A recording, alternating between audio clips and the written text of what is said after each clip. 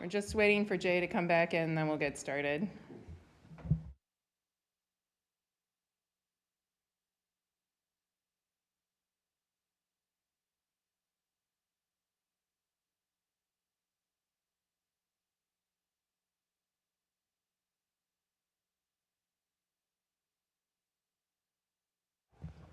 All right, good evening, everyone. This is the Parks, Recreation, and Forestry Committee meeting. Today is Thursday, April 23rd. It is 5:02, so we can get started. We do have a quorum, and the agenda was properly posted, and thanks, Penny, for joining us online.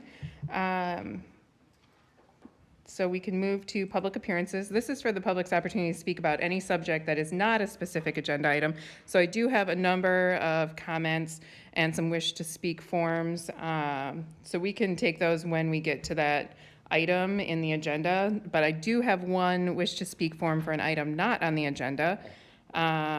So we have Dan Leeds regarding tree trimming on 101 North Lawn Drive. Is not a village resident but does own property within the village and would like to speak. So if you would come up to the microphone, there's a little person icon on one of the buttons. So then you press that and the microphone turns red and then you can talk. Okay. Yep, that's it. Is that working? Okay. My name is Dan Leeds, and I own a duplex at 101 North Lawn. And the trees on the terrace out in front, they need a trimming. They've got to be trimmed. And so that's what I'd like to talk, just bring that up to the board and see if you could put that into their plan to get that taken care of. It was so bad last year, the tenant was complaining she couldn't mow the lawn without hitting the tree branch. So, anyway, just wanted to see if I can't get that done. Thank you so much for coming. This portion of the meeting it's for public comment to us, so we can't do a back and forth, but myself or Sean will follow up with you to see how we can address that. Okay. Okay. Thank you. Thank you. So I know we have a number of people in the room, and I have more forms and emails that I'll summarize. However, is there anyone else that would like to mention something that's not currently on the agenda this evening? Okay, great. Then we'll move. There's probably a lot of people for item number 6, so we'll make sure to get your comments at item 6. We just have some business to take care of first. Item 4 is the minutes of the committee meeting from March 26th. Any comments, questions, edits to the minutes from March 26th? Look to entertain a motion. I'll make a motion to approve as presented. Thank you. I'll second. Thank you. We have a motion and second to approve as presented. Any further discussion? Hearing none. All those in favor say aye. Aye. Aye. Aye. Thank you. Any opposed? Any abstained? Motion carries. Then we have item 5, discuss and consider Cottage Grove Pickleball Court open dates of April 1st to December 1st each year. We had a preview of that last meeting just to establish those dates. April 1st to December 1st. There have been studies done about the effects of the noise, and it would be good to have the boundaries of the April 1st to December 1st, so that we have that as a discuss and consider. We do have a couple residents that wrote in support of the establishment of the season at Bakken Park from April 1st to December 1st. We have Charlie and Jenny Rogers at 211 West Reynolds. We have Courtney Krishner at 205 Reynolds, Diane Bailey at 202 West Reynolds, and Chris Nelson at 203 Grove Street. And Charlie is here. I don't know if you wanted to say anything beyond this item. Okay, great. So I guess since we have feedback, information, comments, questions, Sean, you have anything you want to add? Something we talked about with our pickleball advisory committee, and everybody's really okay with April 1 to December 1 date. Obviously, I told them, if the weather's not good, either before or after, we won't be opening, but we have a hard beginning and a hard end of April 1st. So everybody's good with that.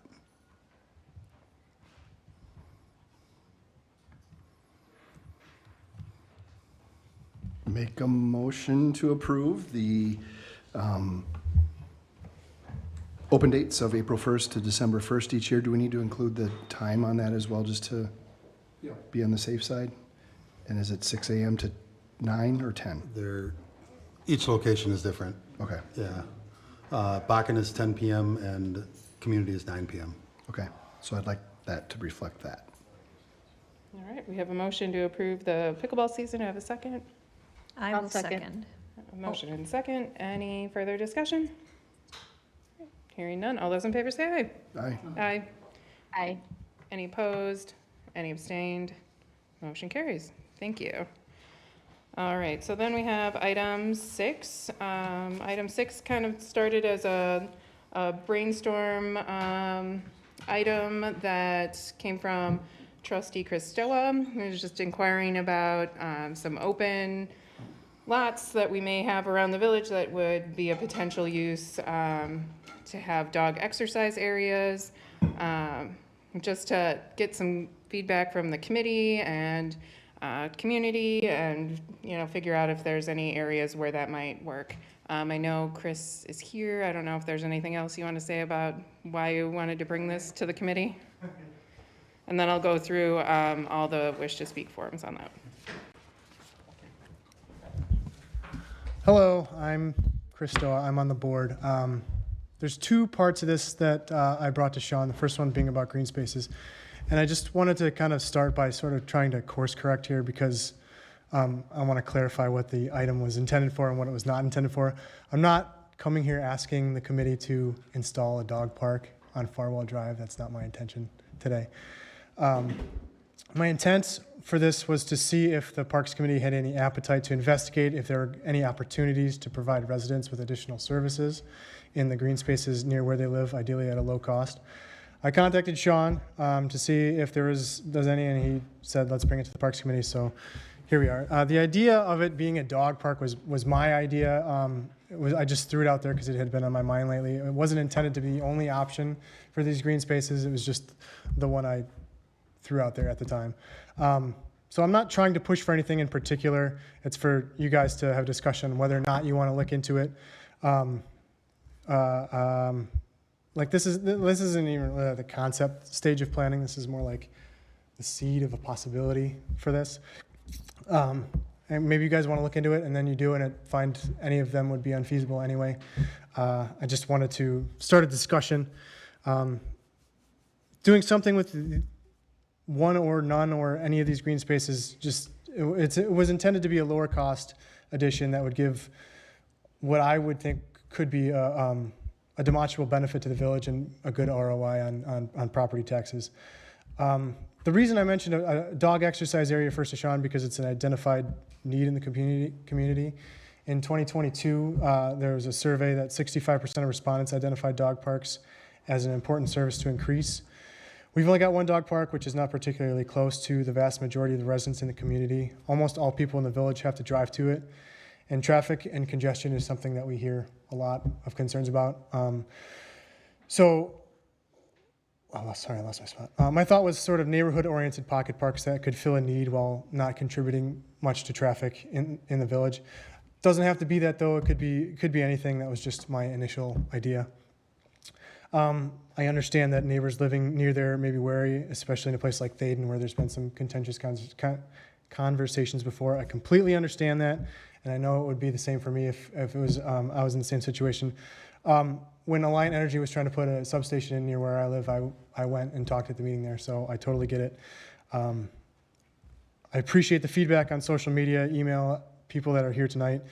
That's governance in action. I like to see that. The feedback we get is extremely valuable, and I'm appreciative that people get involved. My thought, again, was to look into neighborhood-oriented service that could provide for residents.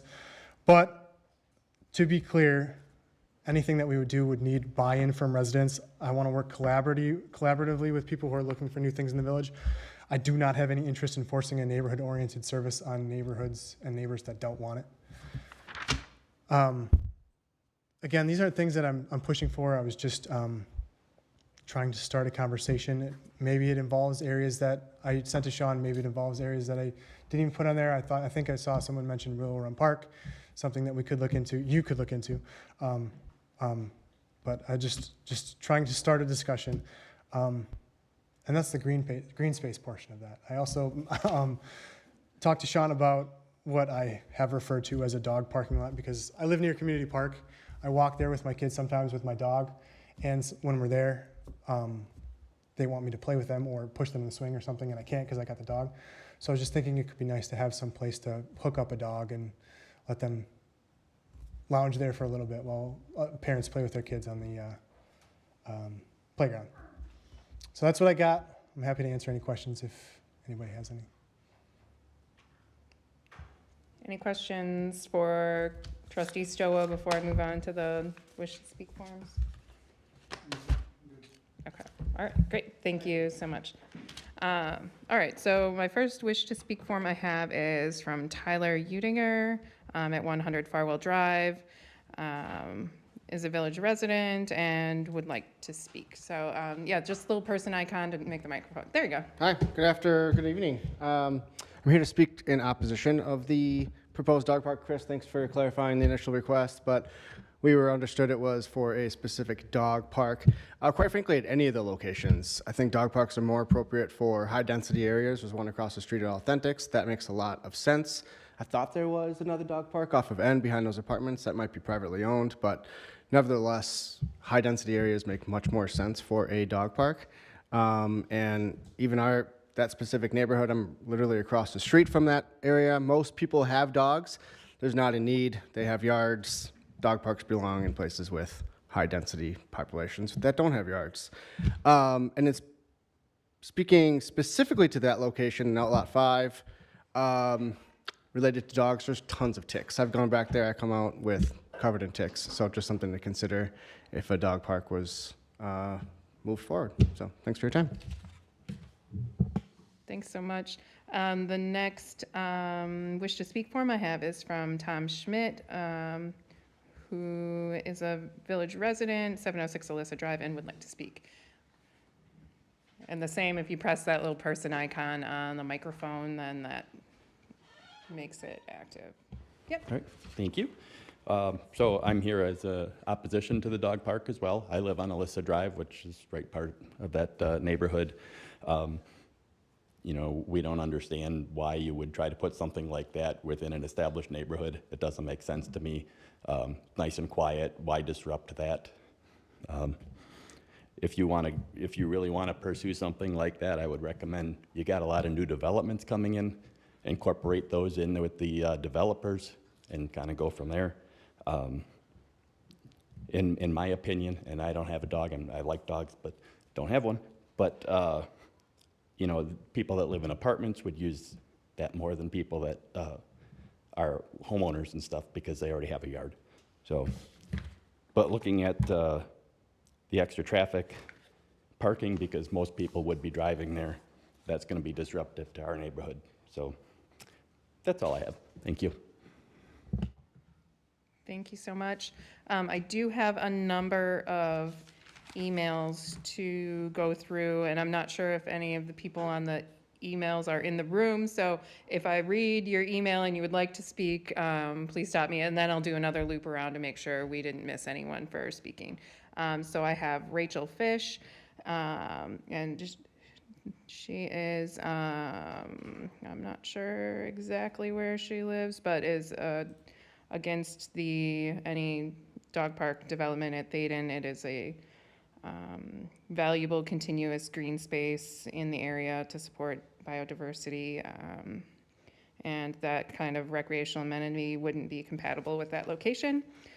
John Radovan, I guess if I missed, Rachel was here, want to speak. Okay, John Radovan at 105 Farwell Drive, also against the pet exercise area in this area.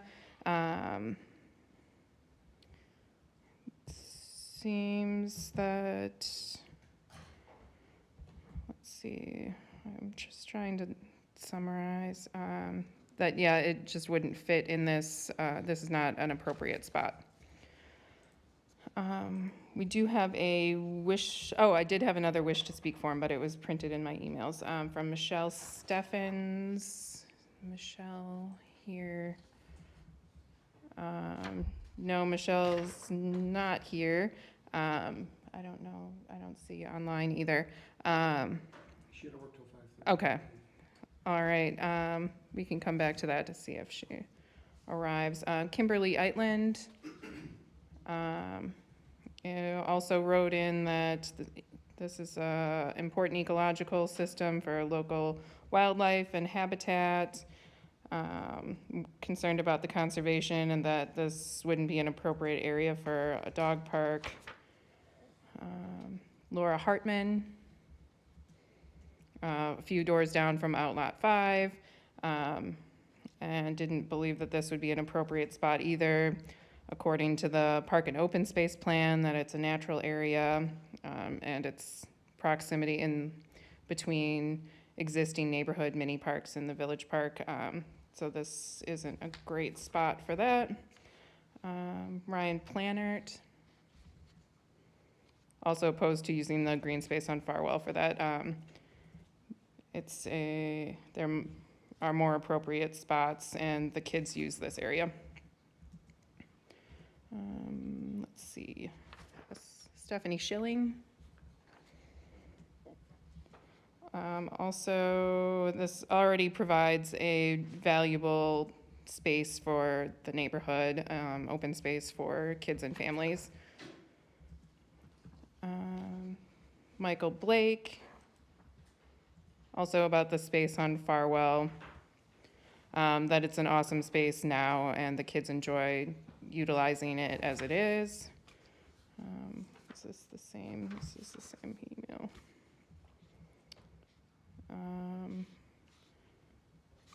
Then we have Tyann Schwarting at 704 Alyssa, and opposed to using the Farwell outlot due to increased traffic and parking, and also opposed to adding any walking trails adjacent to the Conservancy, and believes it should be designated as protected green space.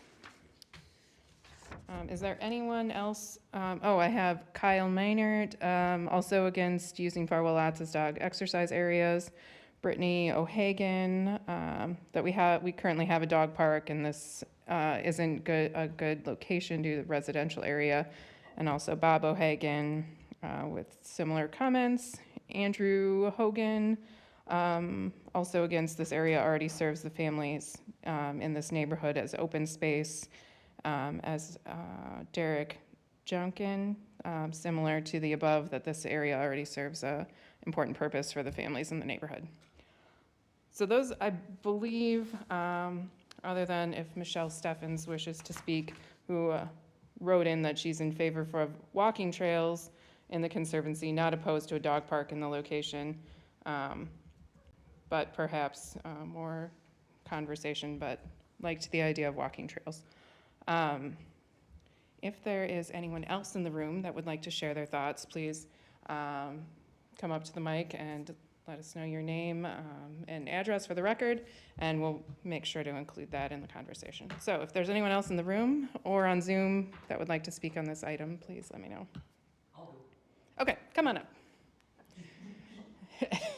And if you would press the little person there on the microphone to... Hi, Patrick McCartan, 114 Woodview Drive. So I was asked to appear here today for a friend of mine that lives on Falwell Drive, because I was actually for having a dog park there, because, well, and so that person said, no, don't do it, and I said, okay, I'll walk it. So I did walk it, and I did take some photographs in case if you'd never walked it before.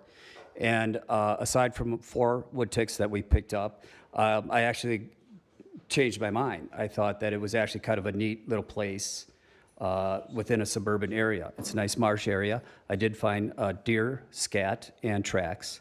I live in Woodview Drive, which is right over here, so my backyard is County N. I get up really early in the morning. I'm an iron worker. And I have seen coyote and deer kind of come from this direction through my duplex area. And so I know that there is wildlife that travels this direction. So I would not want to spoil that area. And I did talk to a couple of people on that Falwell Drive while I was driving, and they like it how it is, And this gentleman over here with the glasses right there, he's correct. there is no place to park.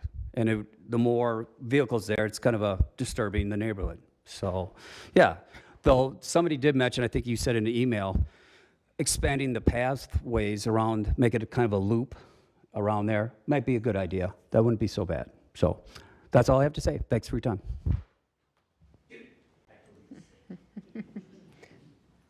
All right, thanks so much to everyone that sent in comments. Just want to give one last round if anyone else would like to speak. Otherwise, yeah, we can open up to committee members for thoughts, discussion on this item.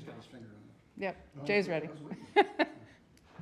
I just want to confirm that all of the feedback that we received is specific to the Farwell Drive. Nothing came back from, I think it was community park space.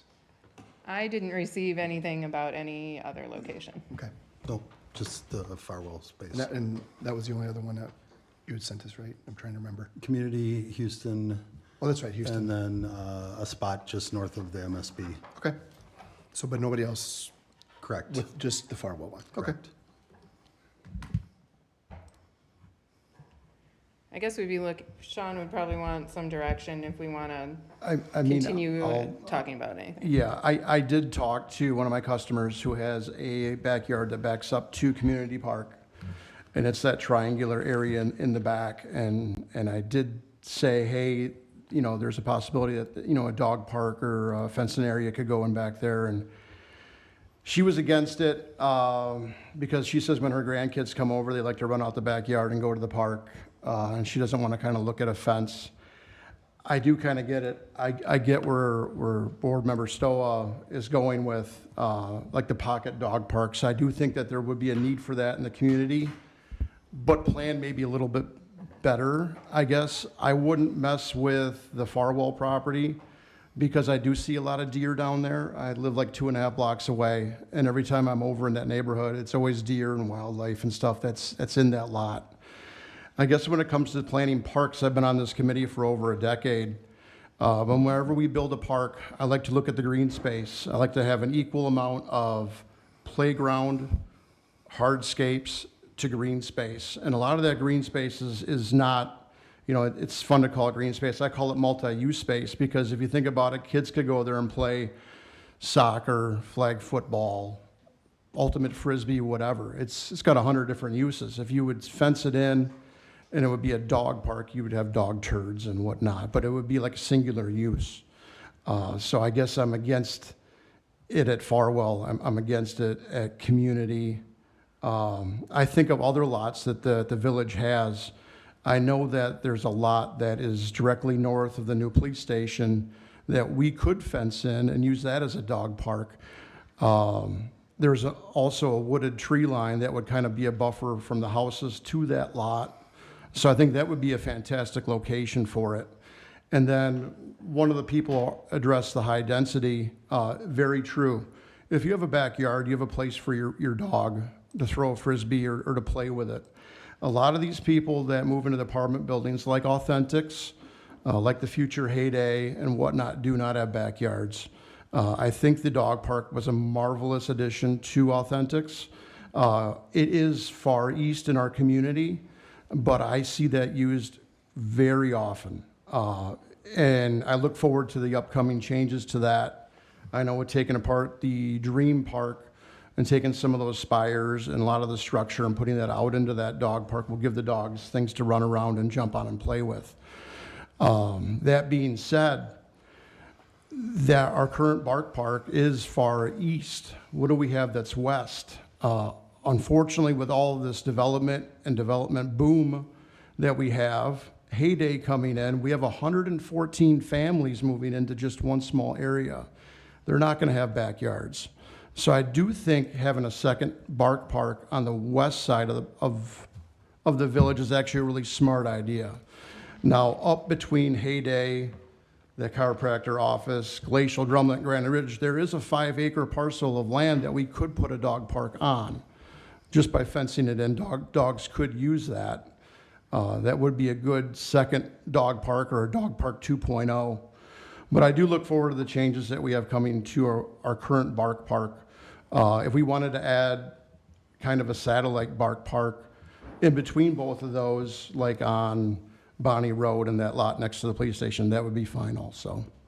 My 2 cents.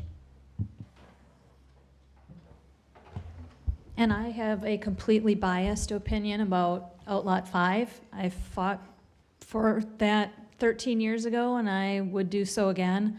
I did a turtle rescue just today, made sure it got across the street just fine and out of my neighbor's garage.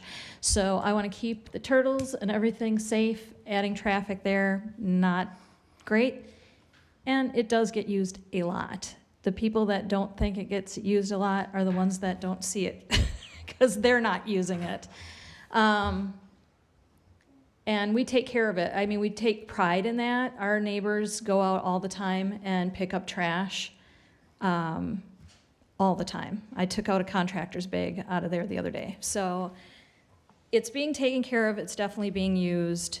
To the point of what Kevin said, I just want to reiterate because I don't think a lot of people are aware.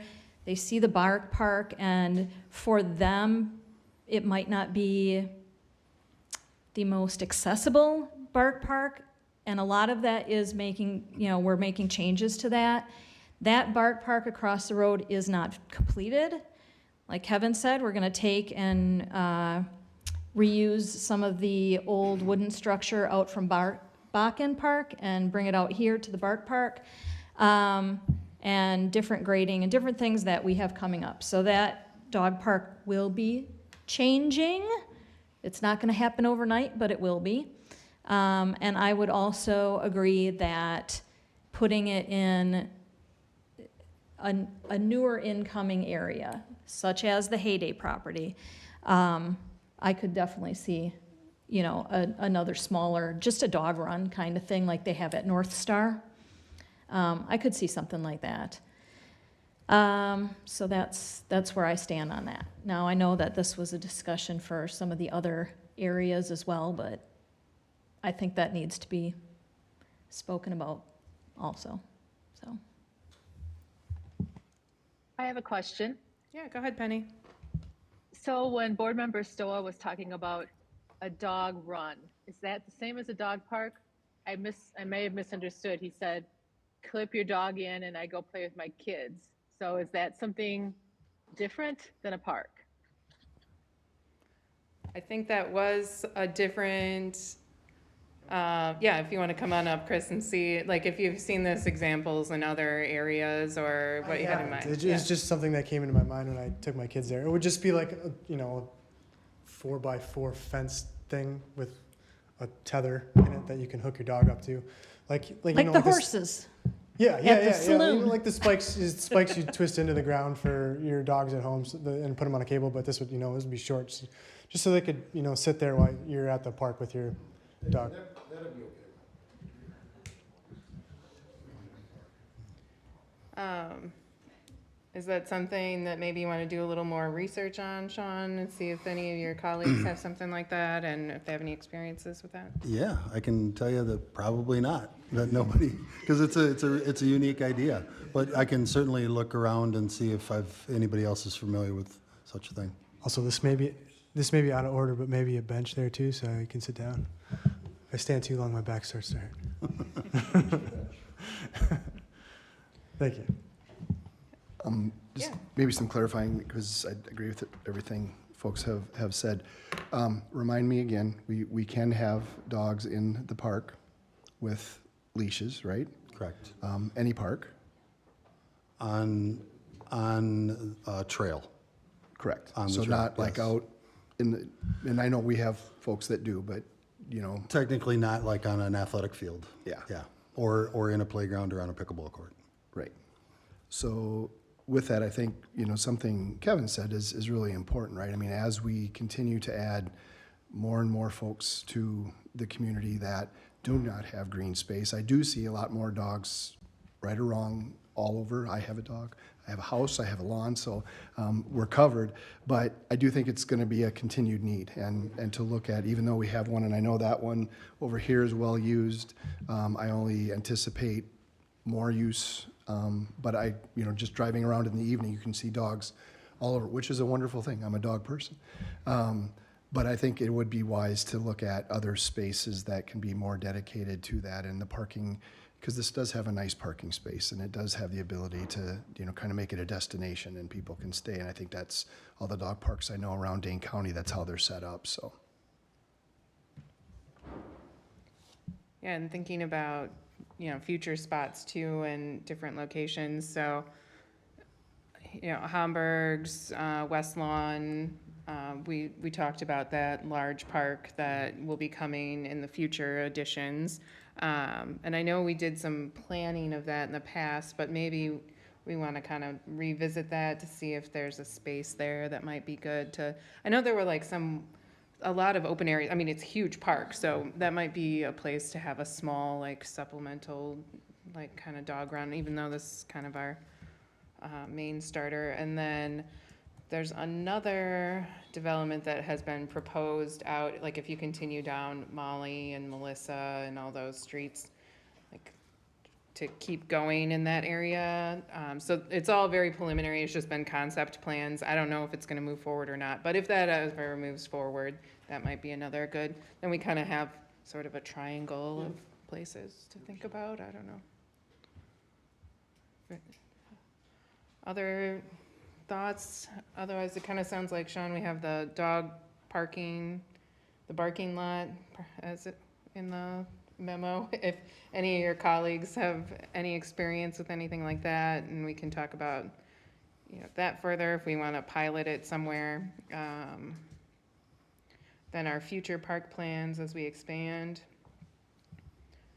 Any other direction we want to give Sean on any items as we look forward? I guess I don't think that space that's north of the police station, if that, maybe we could do some research and maybe make that a dog park. I see a lot of people walking dogs around there, and I think that would be a fabulous spot, so. Yeah, and that's kind of in that direction then, if we have Yep. kind of all Have a- areas covered. Yep, right on the outskirts. So you got a couple Yeah. things to look Can into? Can I comment? Yeah, go ahead.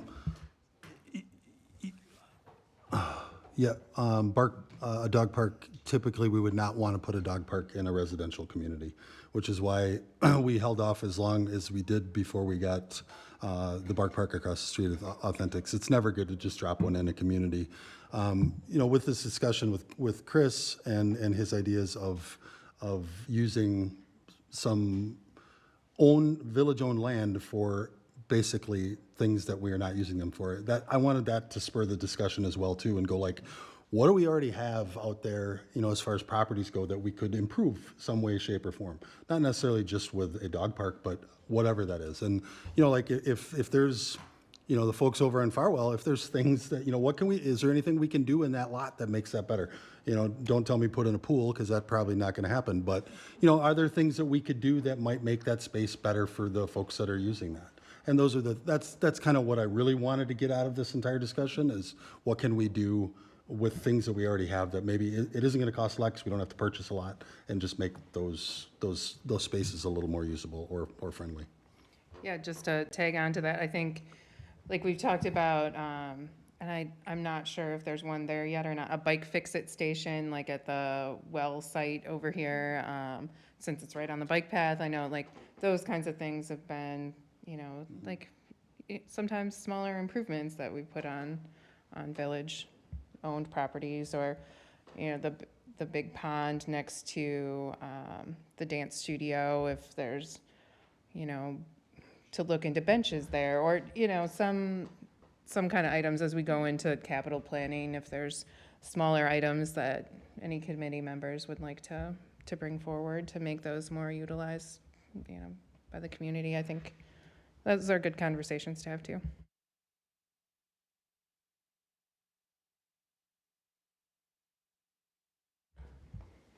And thanks, folks, for coming and providing your feedback. We are always here first for Yeah. your input, so. Agreed. I think it's an important part of the process, and we want to be a reflection of what people want in their community and neighborhood. So I think, yes, thank you, Jay. That is very important. All right, anything else on item 6 before we keep moving to item 7? All right, well, we'll keep going then. The Shady Grove Park update.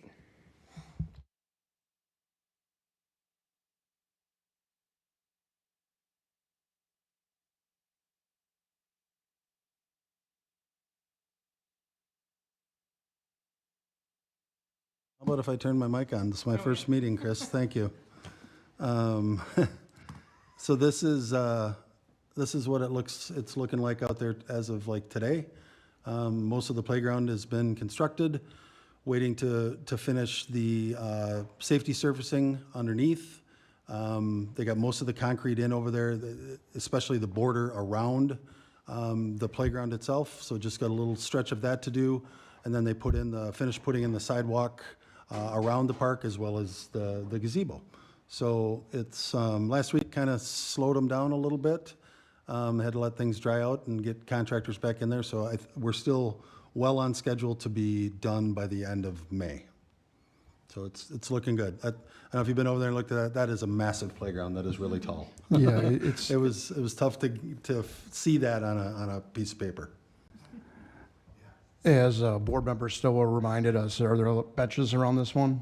There are. Okay. I mean, we're gonna have a lot of kids on it, so there's gonna be Yep. places for parents to sit. There certainly are. Yeah, when I drove by the first time after the equipment went up, I was like, whoa, this is impressive. Like, my niece will be so excited to go play over here. All right, thanks for the update on that. Any other questions for Sean on that one? Okay, then item 8, Miracle League Playground update. Just before the meeting, about 4:30, I sent everybody an update. So I'll just kind of rehash that quickly. We're a little bit up in the air right now as to whether that playground is going to happen this year. Fundraising is stalled a little bit. They've raised about half of the money that they need. And so they got about half to go. So about $800,000 is still needed to be raised. They are looking at some options of doing a line of credit to kind of bridge that gap so that we can have that done this year. But yeah, I don't know. They were still making that decision. One thing we will not do is, and like I told them, we have to make a decision now because we can't take this playground down if we're not going to have one back there. So we will be making that decision. They will be making that decision in the next week, and then I'll update you guys. And obviously, if we won't touch anything else down there, if it's going to remain for another year at least. Do we need to do anything formal? Because I think we had okayed the start of the tear down of that like the first week of May. Is that the deadline you've given the Miracle League folks? Like a week? They have a week, yeah. Okay. Yeah, they have a week to get back to us.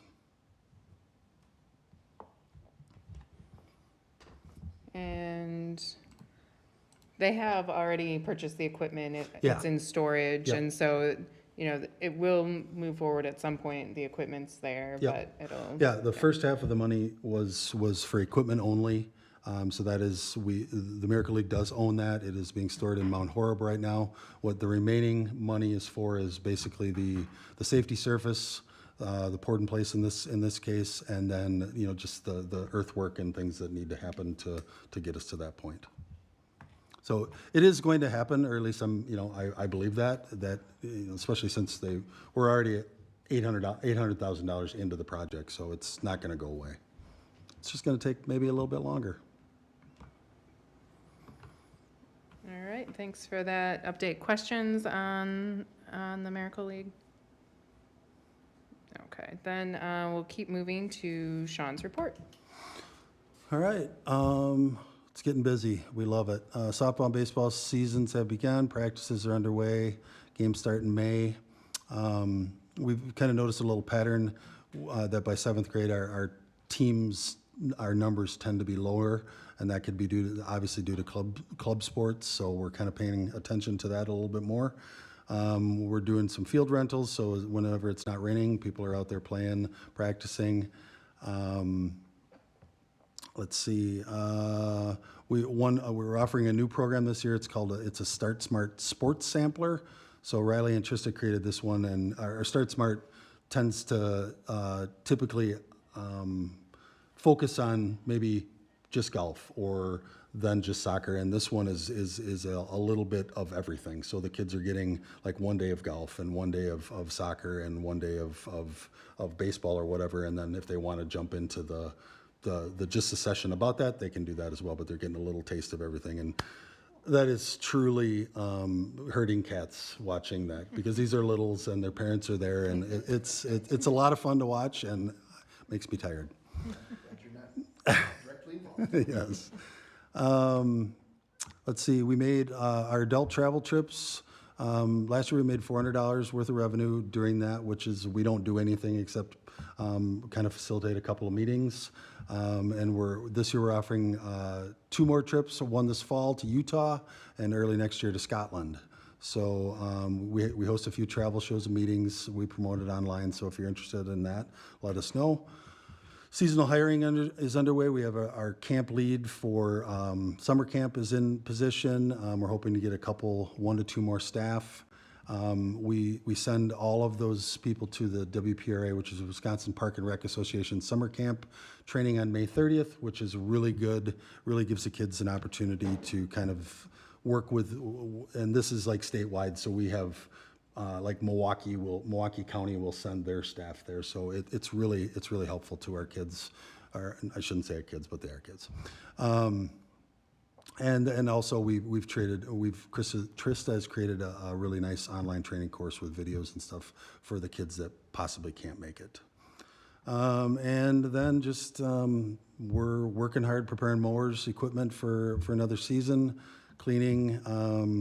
We do have all the shelters online now, so all the bathrooms are open, and we're putting up our sunshades. We're just getting ready for summer, so it's busy. It's a great time of year. Great, thanks, Sean. Questions for Sean on his report? Do we have any update on the lawnmower situation as far as mowing steep grades? We started mowing this week, Tuesday, so I don't have an update. Yeah, I mean, as far as the insurance company not wanting us to mow anything over a 15% grade? That's still correct. Okay. Yeah, we can't mow, they don't want us using a mower that is not approved for more than 15% on the grade. So any of those areas, as I mentioned at the last meeting, we'll be hand mowing those this year to see how that all shakes out and possibly ask to budget for the correct machinery. I did run into Dan Drazen over at the town shop, and he said because they mowed that giant soccer field area behind there, if they had to mow the back part of the fire department, they would be open to that idea. Yeah, so Dan emailed me. So, perfect. Yeah, awesome. Yeah, all Yep, good. they've been great to work with. Great, and then as we go into budget, just so the village board has an idea of what that kind of cost investment would be for more like a mower that's able, can we maybe include that as we go into budget season, just so we have an idea, not necessarily if we're gonna recommend it, or, like, I know that there's, in the budgets, it's, like, these are things that would be, you know, we would be able to do more things if we had this. Whether Sure. or not it fits in is another story, but at least so we have an Yep. idea of how much that equipment would cost. Would be Yes, great. absolutely. Thanks, Sean, and I know it's a lot of work getting everything ready to open up for the spring, so I appreciate the team getting all of that ready. Anything else on Sean's report? All right, great. Then we have future agenda items. If you have anything on those, the open lot or near the police station, the dog parking area. Yep. Any other kind of future park plans we might want to think about revisiting? And in between, you know, if you guys think of any spaces that haven't been identified that would, you know, let me know, and I can investigate those spaces as well. So we just ran with the 4 that Chris put down there, so. Anybody else have something for a future agenda? Yes. So, Outlot 5. That's the natural area, or part of it. I mean, it covers that whole area. I didn't realize that it was still kind of in the sitting open on the plan. Can we just make a finalized, get it off the plan that this is Thaden Natural Area? I know that one of the neighbors in that area has offered to donate a sign that will designate it, just like Oaken Gate has a little sign out there that will designate it Thaden Natural Area. You know, even saying this was once the farmstead of the Thaden family from this date to this date, and maybe a little historical, whatever they did. That way, it's the green space, but it's designated as such, and then we cannot have to bring this up in another 13 years. I think, we can't, it's not necessarily on the agenda tonight, but I think that right there is a perfect memo to propose such a thing, to have on a future agenda. So I think, if we want to bring that forward, sounds like Because I feel appropriate like conversation. coming up is a, for you guys, for the trustees, is a planning Right, we'll have our something. capital planning. Yeah. And then we also have our comprehensive plan, so I'm not sure I can't remember off the top of my head how those types of areas are designated, but yeah, that would be potentially a spot. Something to come up, Yeah. All right, we can bring something like that to committee. That would help, Amy, if you wanted to just create a memo with your thoughts, then it's easy to become an agenda item. Okay, will do. Any other future agenda items? Otherwise, we're looking at May 28th at 5 o'clock. All right, one last motion for the evening. Motion to adjourn. I second. Motion and second to adjourn, non-debatable. All those in favor say aye. Aye. Aye. Thanks so much, everyone, and thanks to all of our attendees tonight, too. Have a great night. Bye, everyone.